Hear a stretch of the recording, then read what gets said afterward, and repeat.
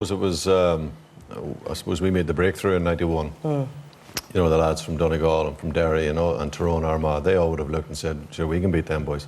And they normally did, actually, if truth be told, you know. But I suppose they looked at that and said, if Down boys can go down and do that, sure, we can do it. And, you know, the lads from Donegal went down. They were massive underdogs against Dublin, but, you know, they fought like tigers on the day and turned a great result. And, you know, from then, I suppose, Derry followed and then we came back again. So, you know, maybe it was the start of maybe we would have Ulster domination for a short time. It sure was. Do you think there was a mental block almost of going down to Dublin, going down and taking the cup? He never had a mental block in his life. Well, there's nothing blocking it anyway, is there? Thanks very much. Thanks. Well, back to Connor. And you rushed back for this. Absolutely. I could have stayed in the club and got hammered for it. I think there was a mental block. You know, for year after year, we seemed to come down and Ulster teams were sent back with their tail between their legs. So, yeah, you'd have to imagine there was something that had to change. And I suppose we came down and looked at Meath and said we'd done reasonably well in the National League final the previous year. So we knew we weren't that far away. So I suppose once it was broken, it's like Bannister doing the 4-minute mile. Once it was broken, sure, there was, you know, a plethora of fellas came through afterwards. You know, so. It's easy for the other lads. Well, Dermot, I mean, as everyone knows, you have to go back to '51. But your dad being captain then and all that, did you grow up on stories of '51? I did. My family, football was number one in my family, although my father was in politics as well. Yeah. But football was always the thing that was part of our upbringing. Yeah. And the message that I repeatedly heard was about the uniqueness, the group of players that were there. And I think Sean Flanagan was very lucky with the players that he had. They were a wonderful group of talented people. There's pictures here now that people can see, and the extraordinary thing is, Mayo were in white in this final. The extraordinary thing, watch when Sean is collecting the cup in a minute. Do you know what I'm talking about, Dermot? Grania and I were looking at it earlier. There's a fag in the hand. Yeah.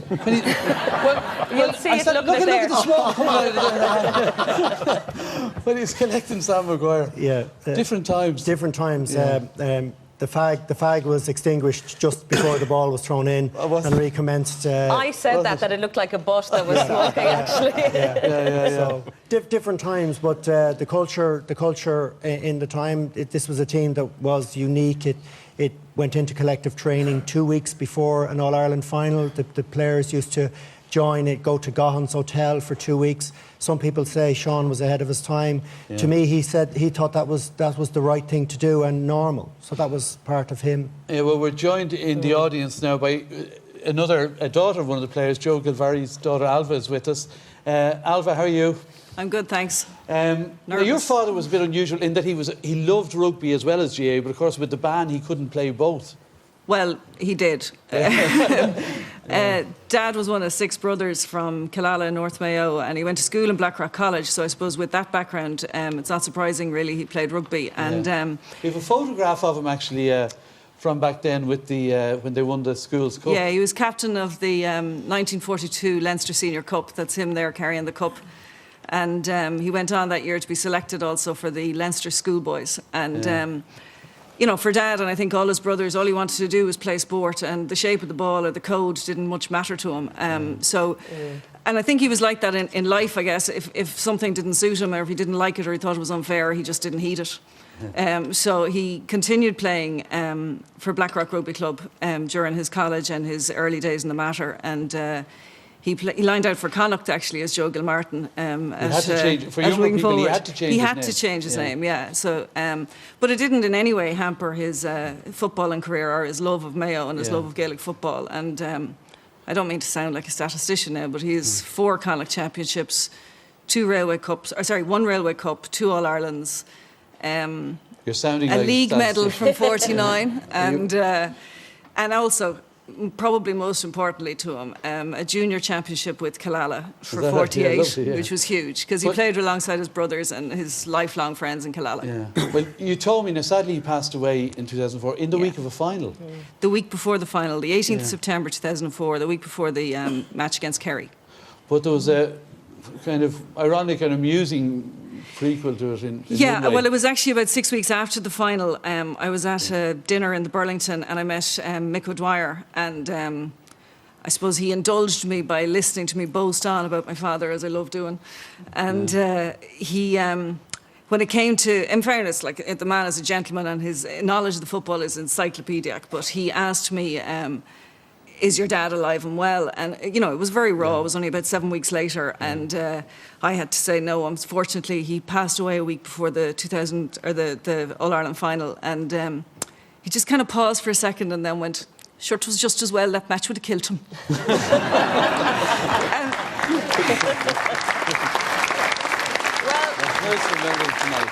Well, of course, Mayo's other great victory was in 1936, and we have the granddaughter of the star of that team, Henry Kenny, with us. That's Dervla Kenny, who many of you will recognise as the Mayo Rose for this year.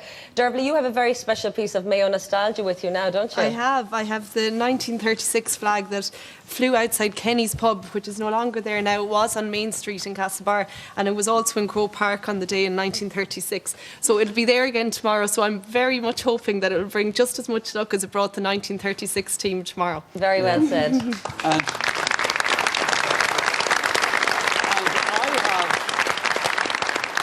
a very nostalgic. This is the medal from 1936. It is.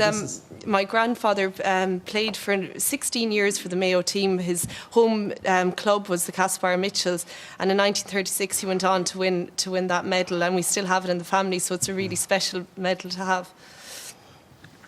We have the Donegal Rose right beside you, looking resplendent in yellow. I should call you Inini Galavon because I think that's how you're known in our house. You're a teacher in Coláiste Own, and you know some of the boys playing tomorrow.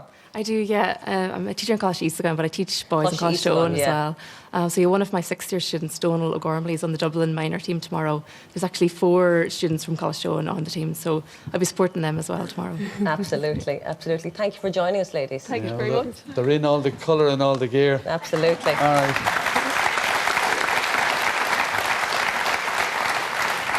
Are you enjoying the hype in Donegal this time round?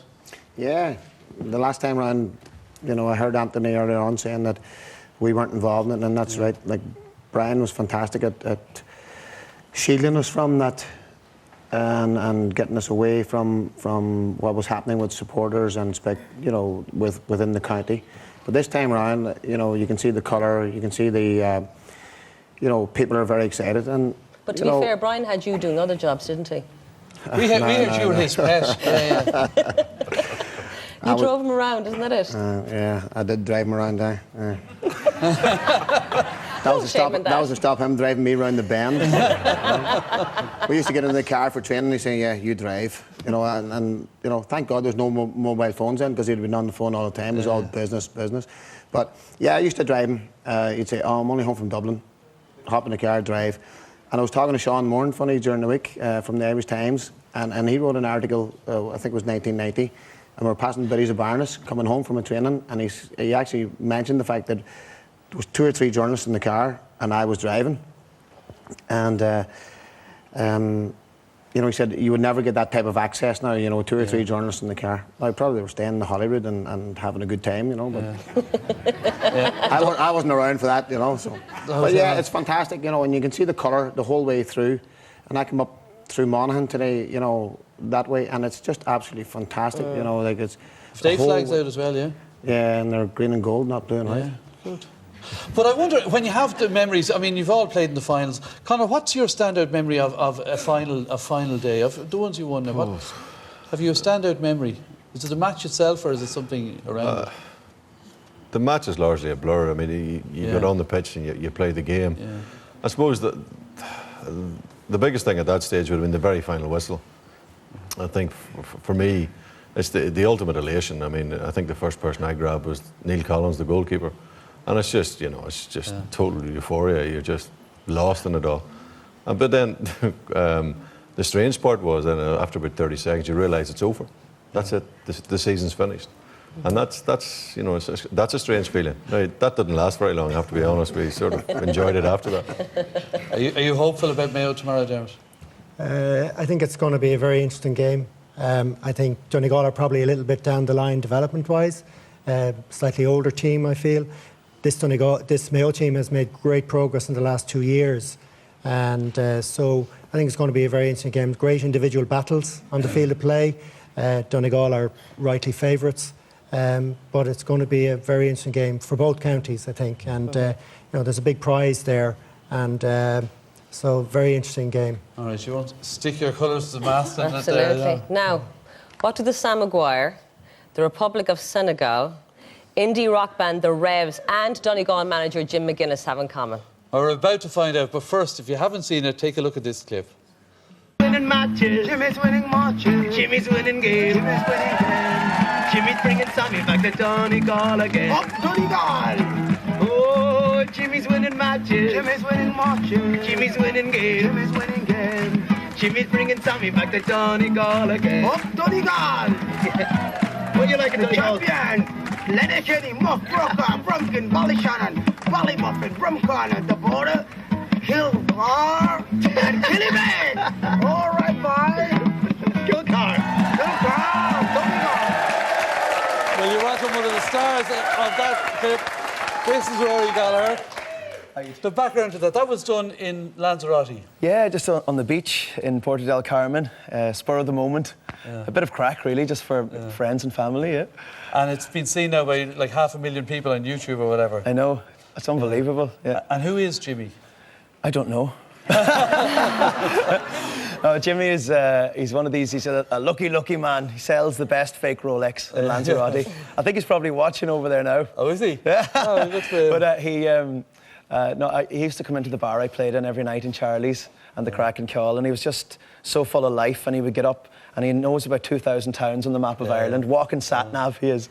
Well, that's great. Well, it was great to have you over now, and obviously it's a big day for everybody from Glenties tomorrow, obviously. But your granddad flew in as well. That's right, he flew in yesterday from Philadelphia. He didn't want to miss it. It's fantastic. Yeah. Frankie Tom Gallagher. Frankie Tom Gallagher, who's with us in the front row. He's looking hale and hearty. Now, Frankie Tom, I hear that tomorrow's a huge day for Donegal, but for you personally, it's a big day tomorrow as well. It is, you know. Yeah. Tell us why. Yeah. Tell us why. Yeah. It's your birthday. Well, it's my birthday. Well, do you know what we're doing to celebrate your birthday? Look what Grania has for you. A little surprise. That's a real cake. Now, you're a fine man. How old are you? I'm not going to tell you. You're not going to tell me. I'll have to guess. But you played both minor and senior for Donegal. No, I've been a junior and I was a sub in the senior team. And then I emigrated to England when I was 19. So you had all that done before you were 19? Yeah, and you're a fine man. Are Donegal going to win tomorrow? Well, if they tighten up That's the least defence, confident answer I've had for Donegal. yeah. They will. OK, all right. Well, happy birthday, Frankie. Thank you. Ladies and Thank you. And you just see that the cake is in the shape of a Donegal shirt and all, so you can enjoy that later on. Well, Frankie Tom made it all the way from America, but poor old Jimmy couldn't make it with Rory. So before Rory plays for us, Jimmy has sent us his own private message from Lanzarote. Hello, Ireland. Hello, Donegal. This is Jimmy. I'm really sorry. I would like to be with you. I love you so much. We see you soon in Donegal, Letterkenny, Muff, Brocker, Brumkin, Ballyshannon, Ballybuffy, Brumcorner, the border, Kilcar, Killyvay, Dunlo, Mobile, Marlin, Portingport, up Donegal. All the best.